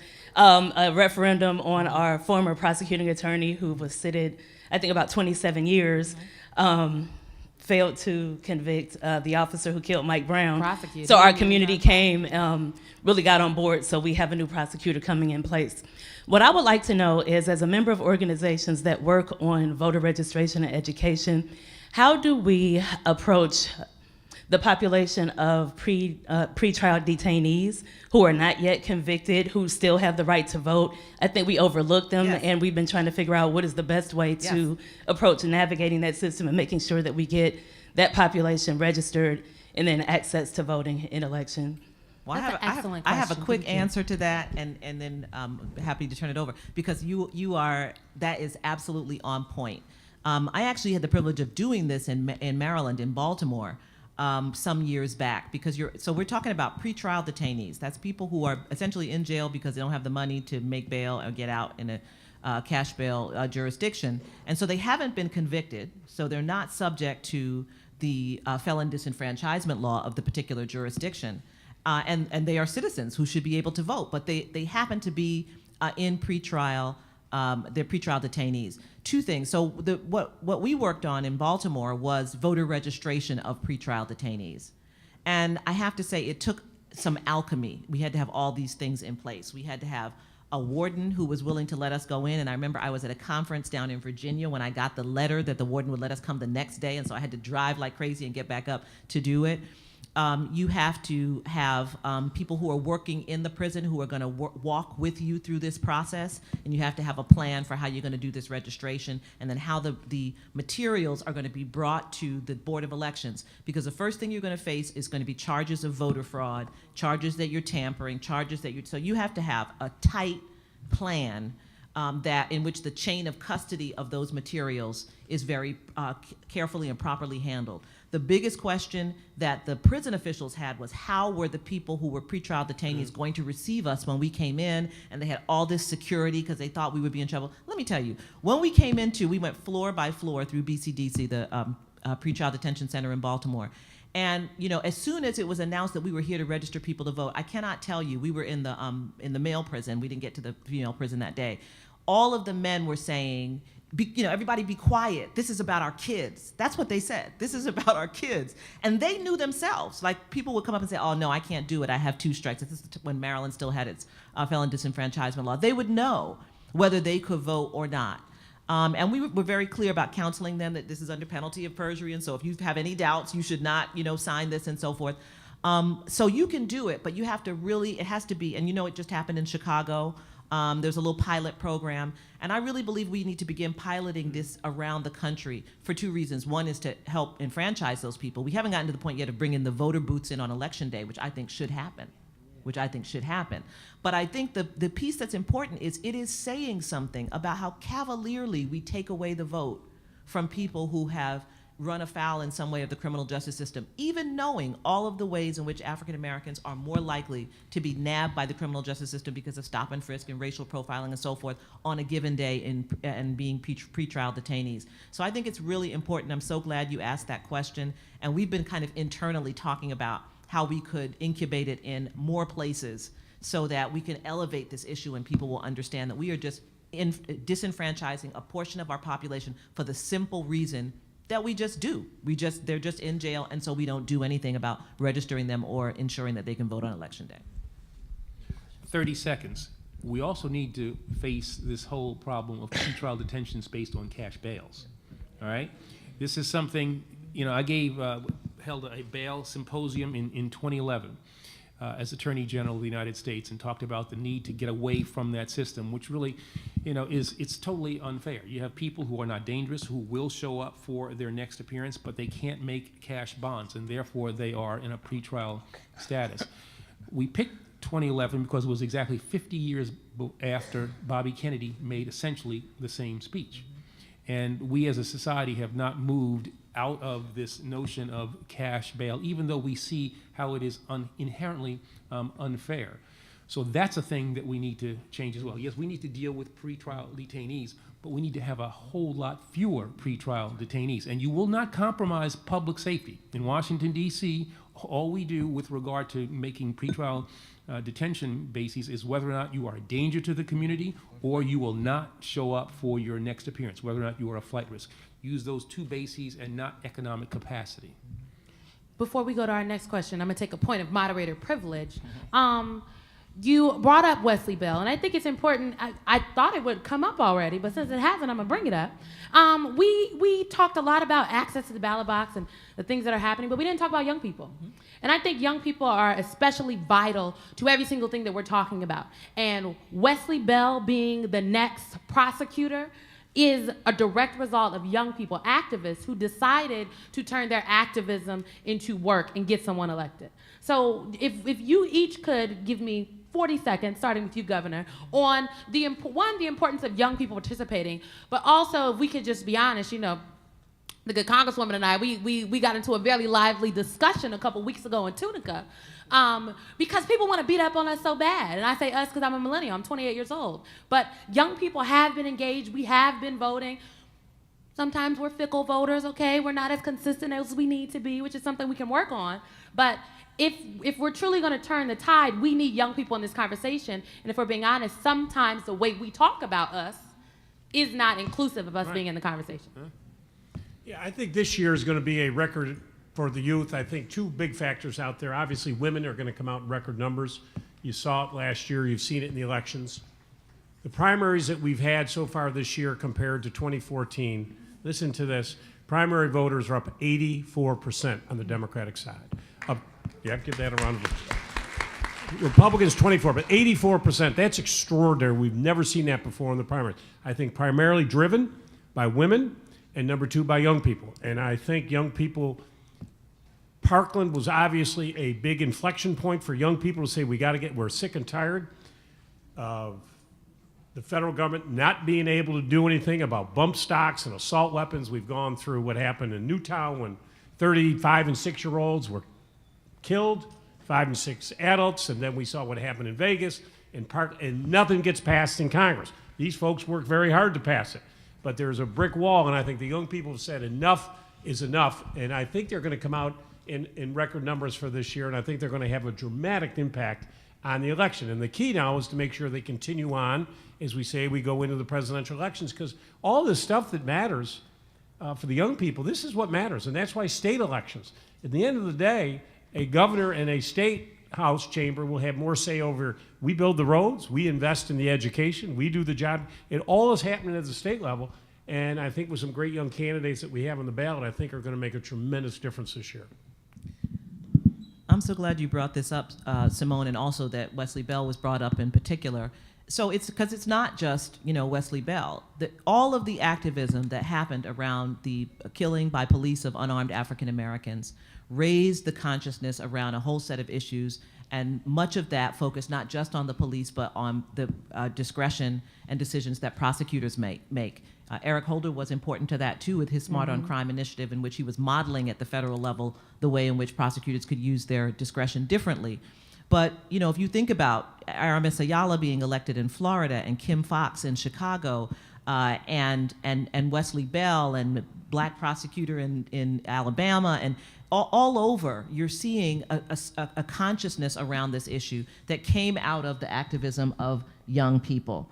And the Wesley Bell one is important because, McCullough was reelected after Mike Brown was killed. And so people said, well, see, that all that protesting didn't do anything. Can we just, you just have to wait sometimes. Sometimes it takes a minute before you fully get it together in terms of your political mobilization. And sometimes we're so willing to kind of write off the activism of young people because it doesn't produce immediate electoral results. And that's what people were saying after McCullough was reelected. But it took another election cycle, and now he's out of office and Wesley Bell is in office. And the last thing I'll just say is, going back to what Eric said, he mentioned John Lewis. Remember how young John Lewis was crossing that Edmund Pettus Bridge? He was a college student. He was a college student. Remember that Martin Luther King was 26 when he became the spokesperson for the Montgomery bus boycott. And people make it like this is new, this tension between, young activists and older activists. I'm privileged to read a lot of the papers and letters and so forth of Thurgood Marshall and the attorneys who were at the Legal Defense Fund. And the Legal Defense Fund represented Martin Luther King in almost every action that he was involved in. And I can't tell you how many times people were annoyed about it, right? Because, it was like, I have to go to Americus, Georgia to get Martin Luther King out of jail, but I was supposed to be heading over here to do this case that involved Brown, and nobody told me there was a protest that was good. They didn't ask me, but I got to go. But we went, no matter what, right? Or whether we were representing Muhammad Ali, it wasn't because everybody understood at that time. People didn't know what the Nation of Islam was. There's always been that, but we show up. We show up for each other, and that's what has to happen. You don't have to understand everything. What you have to believe is that young people need their own voice. They need to find their way as activists in their way, and we support them as best we can. People ask me all the time publicly and seem to want me to criticize, want me to in some way critique the activism of young people, and I can tell you, I don't agree with everything that young activists do on, depending on the place, the person, or what they're involved in, or what they said. But you will not hear me critique it publicly. I have the ability to call up anybody I want to and say what I want to say, and I can do that. I'm not going to be pushed into a situation that I think too many people get into of trying to compel us to denounce each other. That's just not how we exercise our power. We have means to talk to each other in places that are not in the newspaper. And we should do that. We should be in conversation with each other. And as someone said earlier, we don't have to agree about every single move that we make, but we know we're for equality. We know that we're for justice. We know that we're for peace. We know that we're for transparency. We know that we're for love. We know that we're for opportunity. We know that we're for engagement. We know that we're for progressive values. And if we know all of those things, then we join together around those things that we can, and then we acknowledge the success of one another when we do the work that we do. Sadly, the work of racial discrimination is not small, it's big, and there's enough for all of us. So we should just do whatever it is we do best. And let me use my 40 seconds just to say that, and I'll keep it to 40 seconds. I appreciate you. That we need to think about this tactically, and we need to meet young people where they are. The elections in the 70s and the 80s, when you ran big TV ads and you ran things in the Washington Post, the New York Times, hey man, it's a different world. This young people are tuned into digital stuff, and we need to have robust digital campaigns. We need to, there are a couple of folks from the NDRC here. They took me on the Breakfast Club. I'm talking. You did well, by the way. You were on Desus and Mero too. I was on Desus and Mero. Those places where young people are, so we can engage them. And that's in some ways a respectful thing, and they are deserving of that respect.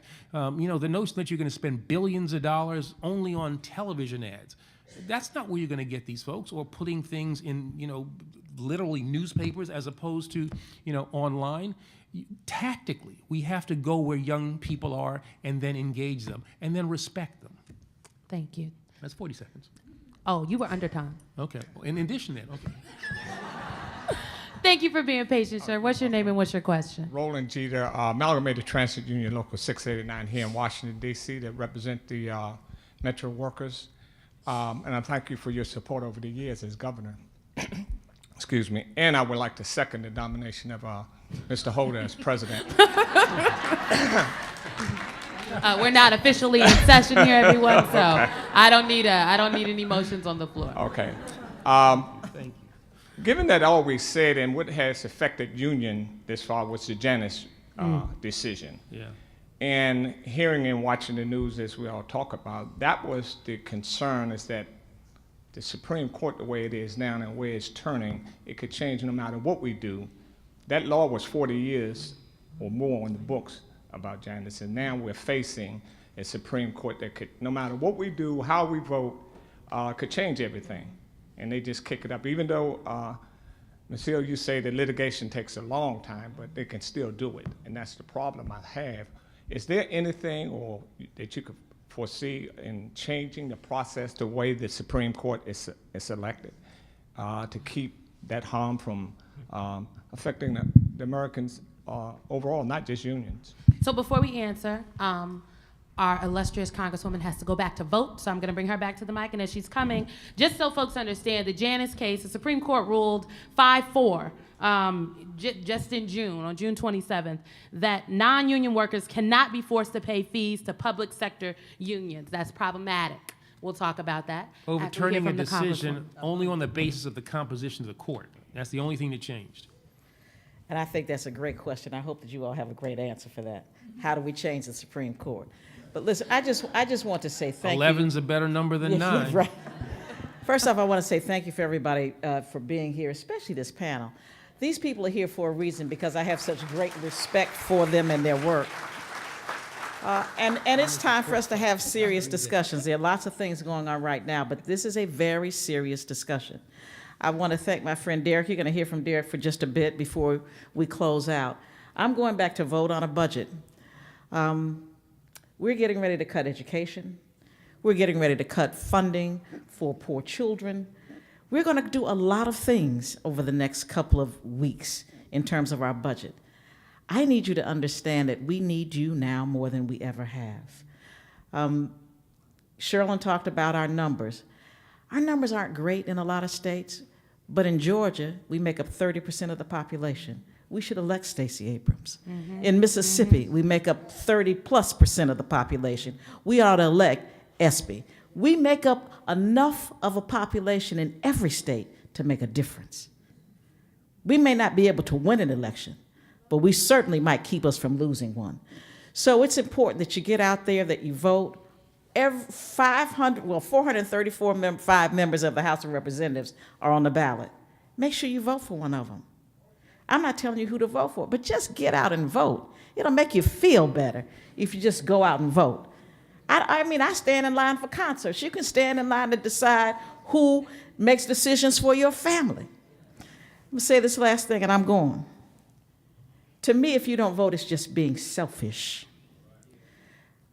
Voting, again, may never change my life personally. I have been blessed and fortunate to have a good education. I've had good jobs. I've saved. I can live a decent life. But so many other people cannot.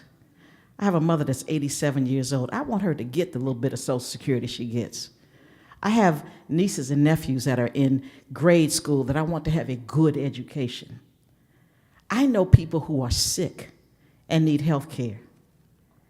I'm voting for them. If you can't vote for somebody that you care about and love, I don't know what to say about you.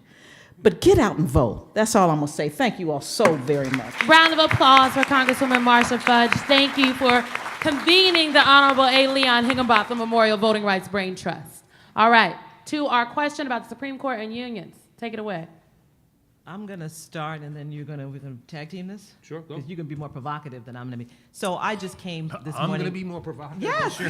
Yeah. So, Okay, this will be interesting. So I just came this morning from the Senate Judiciary Committee markup about Judge Kavanaugh, and it was awful. It was awful. It was vote after vote after vote along party lines as the Democrats tried continuously to get the information that we don't have about this nominee. We only really have 7% of the documents that relate to his record. We are basically reaching into a black box as a country and deciding to put this person on the court. And so it's been appalling, and I was at the hearing last week. You can go on our website to read our report about Judge Kavanaugh's civil rights record as well. I have said for some time, and you know, it's so good that this came up, but also not surprising that it came up at the end of our discussion, that the Supreme Court is the most important issue that we ignore, the most important issue that we give the least amount of time to. And it's shocking and surprising because for us as African Americans, it was the act of the Supreme Court, you know, it was the act of the Supreme Court in the late 1800s, in the civil rights cases in 1885 and in Plessy versus Ferguson in 1896, that killed for us the promise of equality that was in the 14th Amendment and kept us in that condition for decades. And then it was the Supreme Court in 1954 that tried to right that wrong and tried to at least open up the promise for us to be full and equal citizens in this country. So the very meaning of our citizenship has been set by the Supreme Court. And therefore, there is no other issue that should be as important to us as that. Even as I say that, I feel pretty confident that most of the people in this room have not made calls to Congress, to the chairs of the Senate Judiciary Committee about this nominee. And even if you are a DC resident, the chair of the Senate Judiciary Committee, Chuck Grassley, and the ranking member, Dianne Feinstein, he from Iowa, she from California, they're representing all of us on that committee. Many of you saw the courageous action that Cory Booker took last week when he released documents that should never have been made confidential, but that were made confidential for the simple reason that they showed Judge Kavanaugh in a bad light. And he did it knowing that the penalty for that, if they choose to try and push it through, is actually expulsion from the Senate. So you have people putting themselves on the line for this process. And this is an issue we just don't pay enough attention to. We did not come out on the street when Senator Mitch McConnell decided that he was going to steal a Supreme Court seat from Barack Obama, the final and ultimate disrespect of the first African American president to deny him his right to select somebody for the United States Supreme Court. We didn't come out in the street for that. We grumbled about it, but we didn't do very much to say this is unacceptable. And so you know how it is when you deal with a bully. It only emboldens them when you allow them to get away with things. And so they have become emboldened, and that's why they nominated this particular person, given his record and knowing what his views are about executive power as a kind of lifeline to President Trump. So what can we do to make it different? That's where I'm getting ready to pass it off to Attorney General Holder, who's likely to be more provocative than I am, because I litigate in the system, and so there's not very much I can say except that it's about what you make it. It is the president who gets to nominate. So that now we've been talking about voting and why is voting important. It's the Senate. It's the Senate that has the advise and consent power under the Constitution to approve a nominee. So it is who the senators are, and it's the majority party that controls the whole process. And that's why this process with Judge Kavanaugh, in which we will not see millions of documents that go to his time when he was staff secretary for President Bush until after the vote, one way or another, because they decided to ram this through, even though the National Archives said we cannot finish and get you the material until the end of October. Because if you saw what you saw last week, you saw them running through their own committee rules so that they would not adjourn to get those documents. You saw them declaring documents committee confidential in a way that has never been done in the past. And they're doing that because they are the majority party. Not that much of a majority. We're talking about 51-49. And they feel that they can exercise this kind of gross and vile abuse of power, but they are doing it. And so it all goes back to voting. It's about the Senate. It's about the president who nominates. But in the case of President Obama, he was elected, right? And he had the power to nominate Merrick Garland. And Mitch McConnell said even before President Obama announced who it was going to be.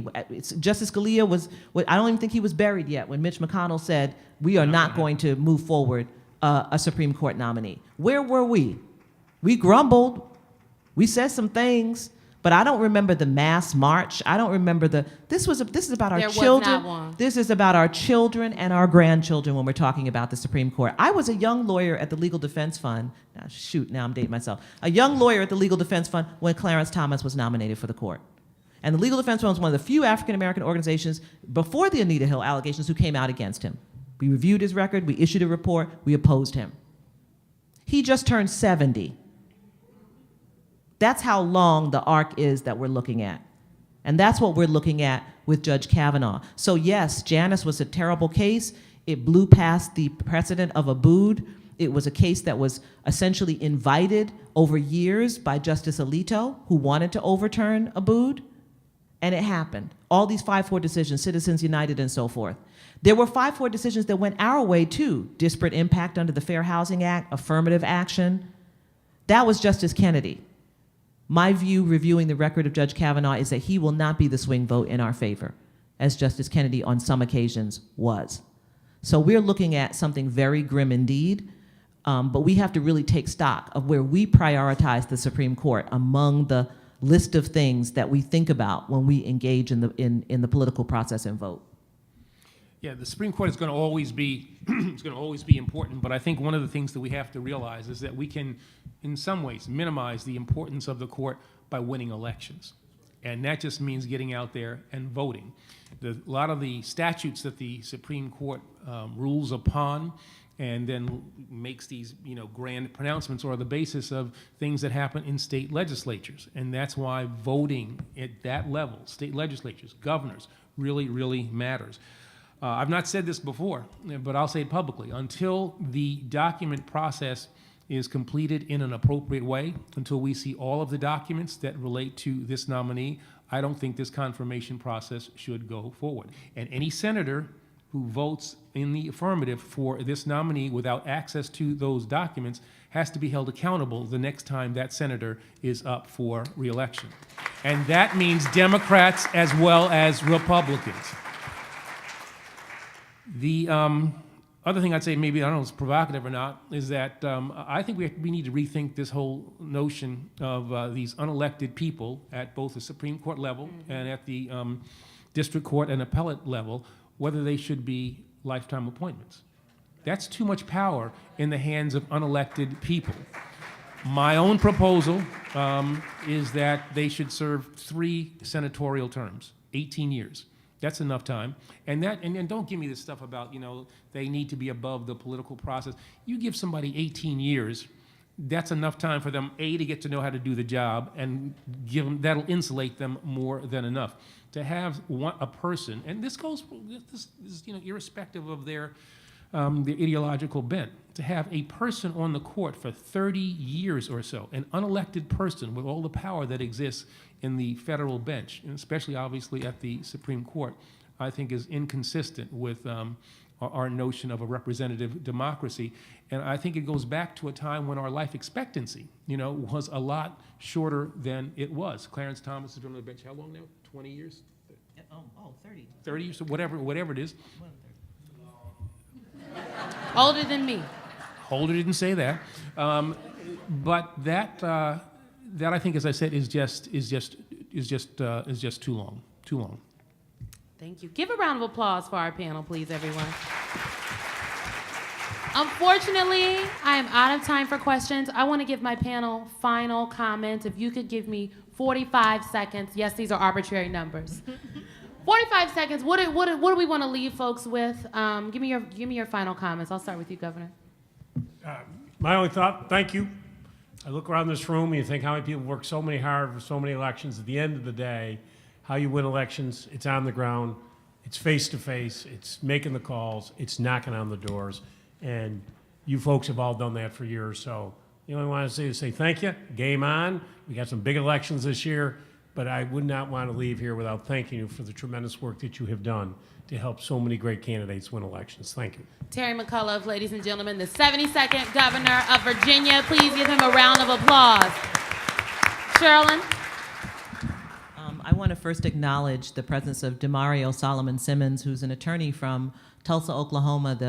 He's the attorney for the family of Terrence Crutcher, who was killed by, unarmed and killed by a police officer, Betty Shelby, in Tulsa a few years ago, and he's doing extraordinary work down in Tulsa, and we're very privileged to work with him. I'm going to say you can go to our website, www.naacpldf.org. We are a separate organization from the NAACP, but we're sisters and brothers, and you can get more information. You can follow me on Twitter. I try to really keep up and provide the information of what's happening in civil rights, what's happening with the Supreme Court. Follow us on social media. LDF has a Facebook account. You have to be educated. You have to know. You have to take seriously. We can't just wake up and say, how did he get elected? We just can't be saying that. We have to know. We have to take seriously the responsibility, the sacred responsibility of being informed citizens, and that means getting the information. And we take responsibility for getting that information to you.